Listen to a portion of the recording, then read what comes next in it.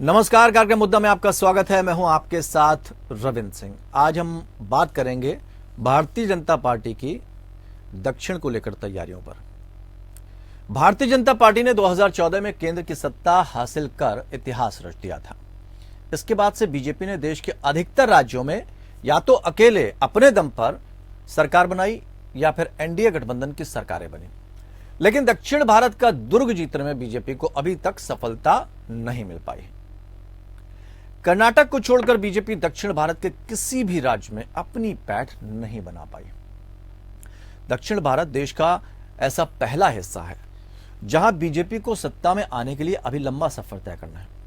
यही वो सवाल है जिसके बारे में बीजेपी गंभीरता से मंथन कर रही है, जिससे कि न सिर्फ दक्षिण में पार्टी का आधार मजबूत हो सके, बल्कि लोकसभा चुनाव 2024 में ठीक ठाक सीटें भी जीत सके। दक्षिण के 6 राज्यों आंध्र प्रदेश, कर्नाटक, केरल, पुडुचेरी, तमिलनाडु और तेलंगाना में बीजेपी अपना जनाधार बढ़ाने के लिए एड़ी चोटी का जोर लगा रही है। आंध्र प्रदेश में बीजेपी का जनाधार कम रहा है, लेकिन 2014 में टीडीपी से गठबंधन कर 4 विधानसभा सीटें और 2 संसदीय सीटें जीतने में कामयाब रही थी। 2014 विधानसभा चुनाव में बीजेपी का वोट शेयर 2% और लोकसभा चुनाव में 7% रहा।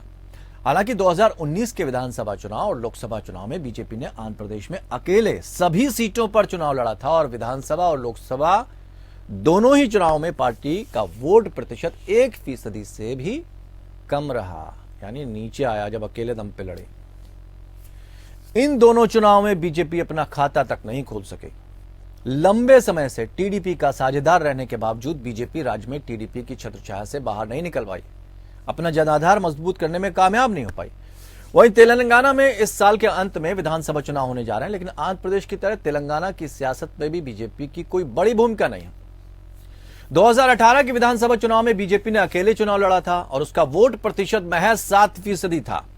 हालांकि 2019 के लोकसभा चुनाव में तेलंगाना में बीजेपी का वोट प्रतिशत में इजाफा हुआ और यह बढ़कर 19% पहुंच गया। इसके बाद से राज्य में बीजेपी की परफॉर्मेंस में लगातार सुधार हो रहा है। बीजेपी ने 2020 में हुए हैदराबाद नगर निगम चुनाव में राजनीतिक पंडितों को भी चौंका दिया। इस चुनाव में न सिर्फ पार्टी ने अच्छे खासे वोट बटोरे थे, बल्कि वोट प्रतिशत और सीट शेयरिंग के हिसाब से वो दूसरे स्थान पर रही थी। अगर बीजेपी तेलंगाना में चौंकाने वाले नतीजे देती है तो कर्नाटक के बाद दक्षिण भारत के एक और राज्य में बीजेपी का जनाधार का विस्तार हो जाएगा। कर्नाटक दक्षिण भारत का एकमात्र ऐसा राज्य है जहां बीजेपी ने अपने दम पर सरकार बनाई। न सिर्फ यहां बीजेपी का प्रदर्शन अपने पीक पर रहा, बल्कि 2019 लोकसभा चुनाव में बीजेपी को राज्य में कुल मतदाताओं में से आधे से अधिक का समर्थन मिला। बीजेपी के कर्नाटक से बीएस येदियुरप्पा, अनंत कुमार, वेंकैया नायडू जैसे कई कद्दावर नेता हैं। यहां पर पार्टी का आधार भी बहुत मजबूत है और 2018 के विधानसभा चुनाव में बीजेपी का वोट प्रतिशत 7% गिर गया था। हालांकि पार्टी ने 224 विधानसभा सीटों में से 104 सीटों पर जीत दर्ज कर सबसे बड़ी पार्टी बनकर उभरी। 2019 लोकसभा चुनाव में बीजेपी को राज्य में कुल 51% वोट मिले थे, जबकि जिन सीटों पर पार्टी चुनाव लड़ी थी वहां का वोट प्रतिशत 53% रहा। राज्य में पार्टी ने 28 संसदीय सीटों में से 25 पर जीत दर्ज की। बीजेपी इस बार भी कर्नाटक में बंपर जीत की उम्मीद कर रही है। बात केरल की करें तो केरल की राजनीति में कैडर आधारित सियासत का दबदबा बढ़ रहा है। राज्य में वामपंथी गठबंधन और कांग्रेस गठबंधन बारी बारी से सत्ता में आते रहते हैं, लेकिन 2021 के विधानसभा चुनाव में यह ट्रेंड उस समय बदला जब सत्तारूढ़ वामपंथी मोर्चा अपनी सरकार बनाने में कामयाब रहा। केरल की राजनीति में बीजेपी एक कमजोर खिलाड़ी है। हालांकि आरएसएस के कार्यकर्ताओं का केरल में मजबूत आधार है। 2014 से राज्य में बीते 4 चुनाव में बीजेपी का वोट प्रतिशत 10 से 13% के आसपास रहा। 2019 के लोकसभा चुनाव में बीजेपी का वोट प्रतिशत सबसे ज्यादा 13% रहा। केरल में जनाधार बढ़ाने के लिए बीजेपी लगातार कोशिशें कर रही है, फिर भी बीजेपी यहां कुछ खास कामयाबी हासिल नहीं कर पाई। तमिलनाडु और पुडुचेरी एक और ऐसा राज्य है जहां की राजनीति में अभी बीजेपी का कद बहुत छोटा है। तमाम सवाल, तमाम जवाब, तमाम बातें, लेकिन समझते हैं कि आखिर दक्षिण में किस तरह से अपनी पकड़ को भारतीय जनता पार्टी मजबूत करती है।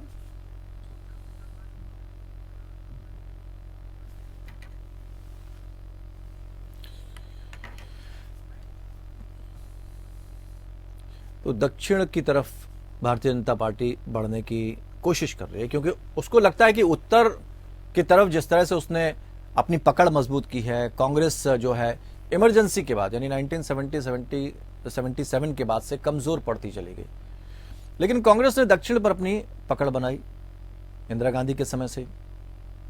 अब यहां पर भारतीय जनता पार्टी जो कांग्रेस का कमजोर वोट बैंक है या जो वोटरों का रुझान है या जो उसके अपने मजबूत चेहरे हैं उनको लेकर अब उतरना चाहती है और एक रणनीति के साथ बढ़ रही है। 73,000 बूथ ऐसे हैं जिनको वो मजबूत करने की कोशिश कर रही है, जमीनी स्तर पर काम कर रही है। 3 खास मेहमान इस चर्चा में हमारे साथ शामिल हैं। संदीप दुबे, नेता भारतीय जनता पार्टी, मुन्ना खान, नेता कांग्रेस, पीयूष पंत, राजनीतिक विश्लेषक के तौर पर अपने अनुभव बांटने के लिए हमारे साथ जुड़े। बहुत बहुत स्वागत करते हैं सर आप सभी का।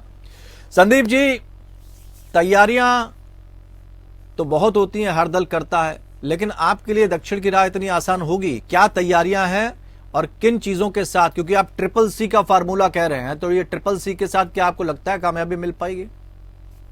देखिए, किसी भी पॉलिटिकल पार्टी के लिए इम्पोर्टेंट है भारत जैसे भूमि में उसके पास नीति होनी चाहिए और बेहतर नियत होना चाहिए। और मैं बार बार ये बात कहता हूँ, भारतीय जनता पार्टी के पास ऐसे कार्यकर्ता हैं, ऐसे नेता हैं जिन्हें वंदे मातरम के अलावा कुछ नहीं चाहिए, भारत माता की जय के अलावा कुछ नहीं चाहिए। और देखिए, देश हमेशा से और युवा पीढ़ी खास तौर से जो नई पीढ़ी है उसको लगता है कि उसे एक हीरो की और एक मॉडल की जरूरत है जो देश को एक बेहतर परिकल्पना के साथ पिरो सके, सजो सके और जिसके अंदर राष्ट्रभक्ति की भावना हो। और ये सभी गुण से भारतीय जनता पार्टी परिपूर्ण है। और आज भारत में मैं गर्व से कह सकता हूँ, इस भारत की इकलौती ऐसी पार्टी है जहाँ सिर्फ और सिर्फ वंदे मातरम और भारत माता की जय जानने वाले, पहचानने वाले और जीने वाले कार्यकर्ता हैं। इसलिए मैं कह सकता हूं कि पूरे देश में भारतीय जनता पार्टी, वो चाहे कश्मीर से कन्याकुमारी तक हो, हमारे पास बेहतर नीति है, हमारे पास बेहतर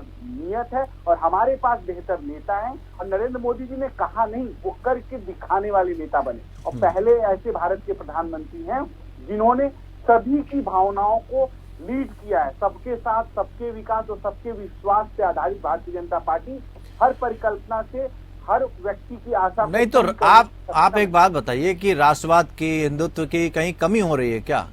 अगर वंदे मातरम, तो कौन ऐसा शख्स था जो पहले वंदे मातरम नहीं बोलता था? कहाँ लगता था कि आपको राष्ट्रवाद में कमी आ रही है? कहाँ लगता था कि आपको सांस्कृतिक में कमी आ रही है? तो रोटी कपड़ा और मकान की कोई कीमत नहीं है? सर, मैं कभी राहुल जी और कांग्रेस की बुराई नहीं करता, लेकिन अगर आप दिल पे हाथ रख के सोचेंगे तो जातियों के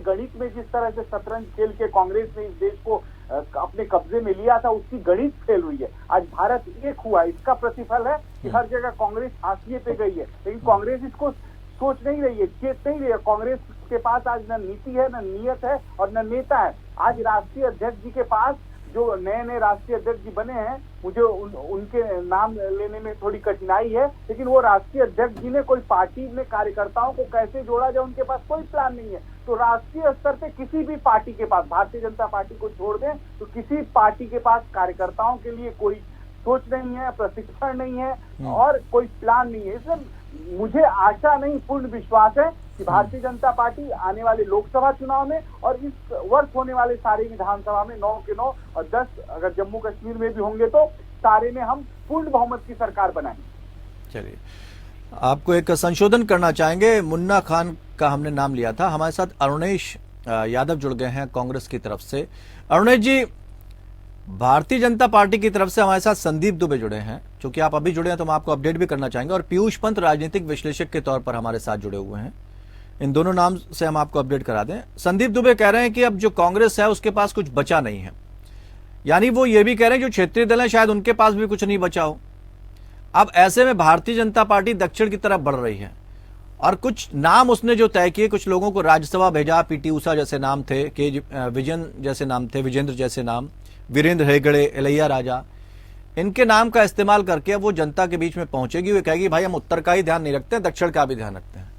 तो ऐसे में उसकी रणनीति तो साफ दिख रही है। कांग्रेस के पास भी कुछ है क्या? मैं काफी अच्छे से अपने बीजेपी के साथी की बात सुन रहा था, तो इनकी बातों में विपक्ष के लिए सम्मान कम है और अहंकार ज्यादा है। जो सत्ता का एक अहंकार होता है, सत्ता का दम्भ होता है, वो ज्यादा है। शायद हमारे साथी को जानकारी होगी, पिछले 2 दिन से वो खिलाड़ी जो है, अंतर्राष्ट्रीय खिलाड़ी, कई खिलाड़ी इनके ही नेता के ऊपर आरोप लगा रहे थे कि हमारा शोषण हो रहा है, जो ब्रजभूषण शरण सिंह जी के ऊपर। और आज तीसरा दिन, संदीप जी उन्हें अपने बात रखने दें, आएंगे आपके पास। गांधी जी का जगह लें।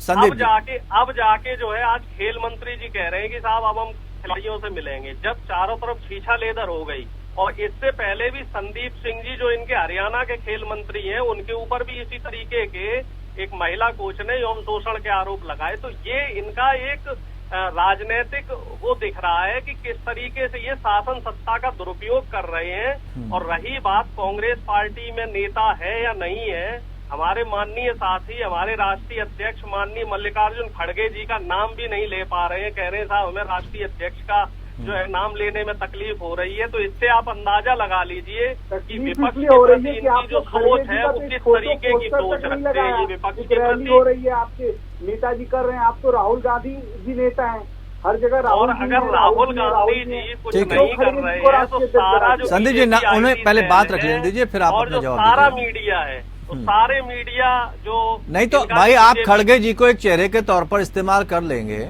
उससे क्या चुनाव जीत जाएंगे? सबसे बड़ी बात तो यह है कि रणनीति क्या होनी चाहिए। ऐसा ना हो कि जैसा कि अमेठी हार गए राहुल गांधी, एक वक्त था जब इंदिरा गांधी संजय गांधी हार गए थे, तो यहां भी कुछ ऐसा ही हाल हो, क्योंकि बीजेपी तो एक रणनीति के आधार पर बढ़ रही है आगे। आपके पास क्या रणनीति वो पूछ रहे थे, आप उन पर आरोप लगाने लगे। रविंद्र जी, राजनीति में जीत हार तो चलती रहती है, मुख्य जो बात है वो है विचारधारा की, और मुख्य बात है कि जनता के जो मुद्दे हैं उनको आप कितनी संजीदगी से उठा रहे हैं। तो पार्टी की विचारधारा, पार्टी अरुणेश जी, पार्टी की विचारधारा जनता की विचारधारा नहीं होती, इसको तो पहले आप समझ लें। जनता को जनता के मुद्दे, जनता को रोटी कपड़ा और मकान चाहिए ना। कांग्रेस के पास क्या है?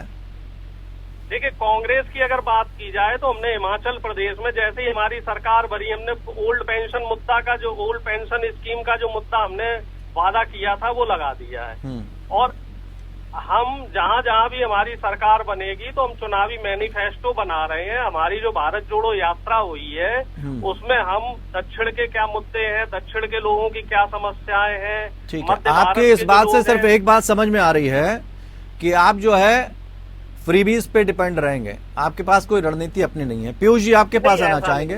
ठीक है, आ रहे हैं अरुणेश जी आपके, ठीक है, आगे भी सवाल लेंगे। पीयूष जी, चूंकि जैसे कहते हैं कि दिल्ली की गद्दी तक पहुंचना है तो उत्तर प्रदेश के रास्ते से होकर उस पर पहुंचा जा सकता है, ऐसे ही कहा जाता है कि दक्षिण की तरफ अगर आपको पहुंचना है तो फिर आपको कर्नाटक से अपना रास्ता खोलना होगा। बीजेपी क्या जो दक्षिण की तरफ रुख कर रही है, चार चार चेहरों को, केरल का, कर्नाटक का, आंध्र प्रदेश का चेहरा इन्होंने चुना है, राज्यसभा में भेजा है, इससे क्या उसको सफलता हासिल होगी? कौन मजबूत लग रहा है यहाँ पे? देखिए, दक्षिण जो है रविंद्र जी, दक्षिण जो है वो भारतीय जनता पार्टी का एक बहुत ही कमजोर गढ़ रहा है जी। अगर जो है देखिए कर्नाटक को अगर हम छोड़ दें, कर्नाटक एक एक्सेप्शन है जहां पे वो वहां पे भी जो है जेडीएस के साथ मिलके ही जो है पहली सरकार येदियुरप्पा ने वहां बनाई थी।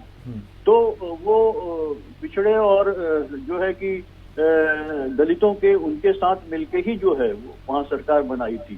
और पिछले चुनाव में भी हमने देखा था कि उनकी सीटें कम थी तो फिर जेडीएस को उन्होंने तोड़ के जो है और कांग्रेस के लोगों को तोड़ के वो सरकार बनाने में सफल हुए। तो दक्षिण में वो जनाधार उनका नहीं बढ़ा है। कर्नाटक पे इसलिए बढ़ा है कि उनका हिंदुत्व का जो धर्म के आधार पे, जैसे वहाँ लिंगायत समूह है और 2 समूह है वहाँ पे, तो लिंगायत में उनकी पैठ अच्छी है और येदियुरप्पा भी लिंगायत समूह के आते हैं।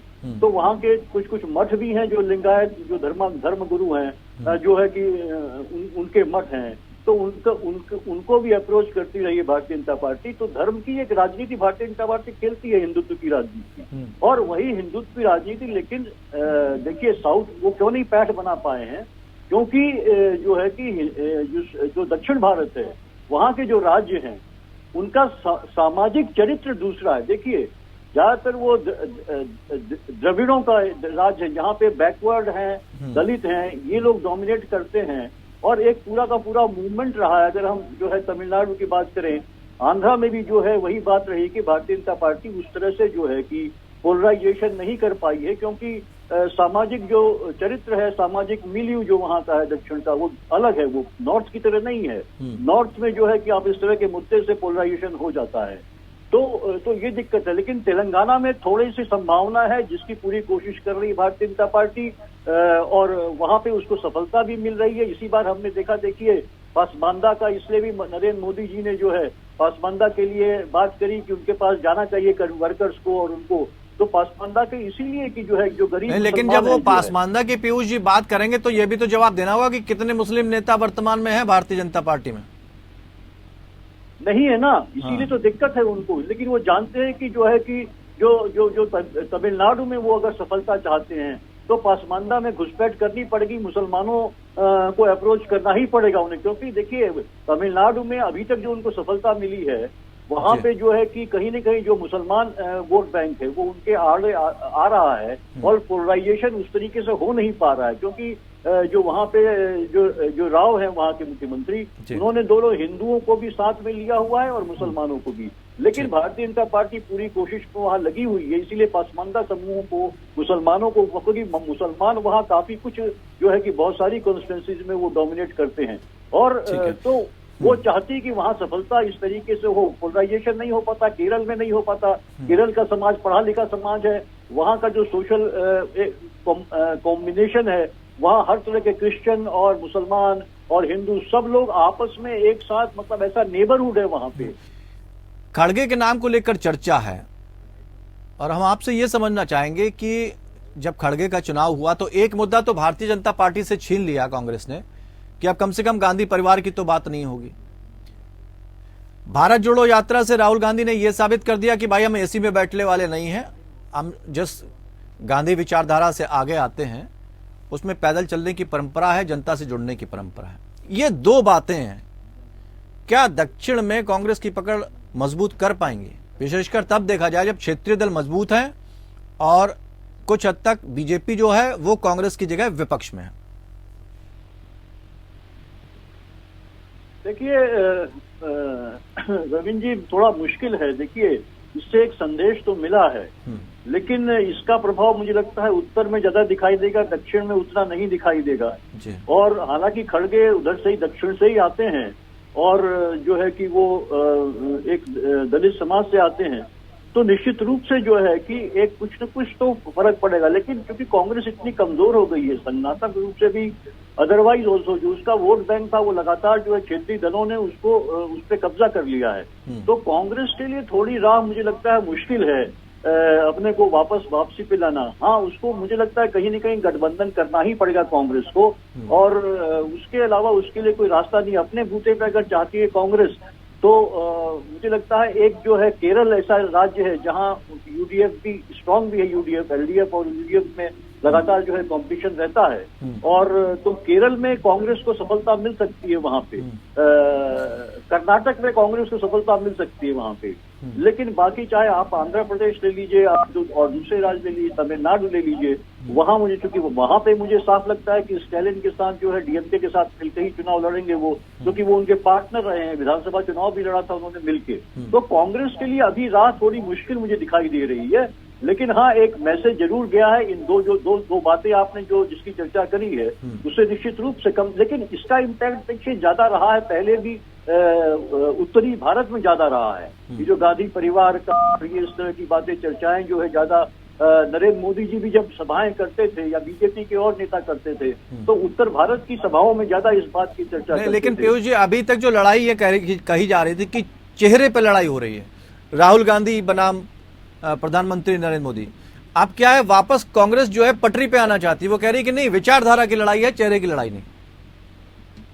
निश्चित रूप से देखिए कांग्रेस कोशिश कर रही है। कांग्रेस पे जो आरोप लगते रहे लगातार, उन आरोपों से उसको अपने को दूर करना चाह रही है, और इसीलिए जो है कि और लगातार राहुल गांधी भी इस बात पे जोर दे रहे हैं कि हमारी ये विचारधारा की लड़ाई है, सीधे। और ये निश्चित रूप से, क्योंकि देखिए भारतीय जनता पार्टी एक खास विचारधारा के तहत ही जो है काम करती है और उसी को आगे बढ़ाने की कोशिश भी करती रहती है। तो निश्चित रूप से उसके लिए एक दूसरी विचारधारा जो है वो लाने की जरूरत है, और जो कांग्रेस की अपनी विचारधारा रही थी वो उसको फिर से जो है वो उसको पुख्ता करने की कोशिश राहुल गांधी कर रहे हैं, और एक दूसरा नैरेटिव गढ़ने की कोशिश कर रहे हैं इस देश में। जो एक विचारधारा बीजेपी की विचारधारा ने जो अपने को पुख्ता कर दिया है भारतवर्ष में पूरी तरीके से, और उसी नजरिए से सब कुछ चीजों को देखा जाता है। उसी में राष्ट्रवाद भी आ जाता है, उसी में देशभक्ति भी आ जाती है, और उसी में बाकी चीजें भी आ जाती है। उनको चुनावी मुद्दा बना दिया जाता है। तो यानी वो तड़का कहीं ना कहीं लगाया जाता है। पीयूष जी, इतना ही वक्त था। बहुत बहुत शुक्रिया आप सभी मेहमानों का हमारे साथ इस चर्चा में शामिल होने के लिए। लेकिन सवाल ये है कि खड़गे के जरिए एक मैसेज देने की कोशिश की है कांग्रेस ने, भारत जोड़ो यात्रा के जरिए एक मैसेज देने की कोशिश की। मैसेज तो गया, लेकिन उसको भुना कितना पाएगी, क्योंकि जमीनी स्तर पर कांग्रेस को अभी बहुत काम करना और भारतीय जनता पार्टी एक मजबूत स्थिति में है। तो ऐसे में यह देखना दिलचस्प होगा कि अब जो चुनाव आने वाले हैं 10 राज्यों के, उसमें एक एक सीढ़ी से यह पता लगता जाएगा कि जो 2024 का ऊंट है वो किस करवट बैठेगा, और क्या दक्षिण में भारतीय जनता पार्टी वास्तविक रूप से जो मेहनत कर रही है उसका परिणाम उसके फेवर में आएगा, या फिर से पुनः क्षेत्रीय दल जो है उस पर भारी पड़ते नजर आएंगे, यानी राष्ट्रीय दलों पर भारी पड़ते नजर आएंगे। तो फिलहाल इतना ही। नमस्कार।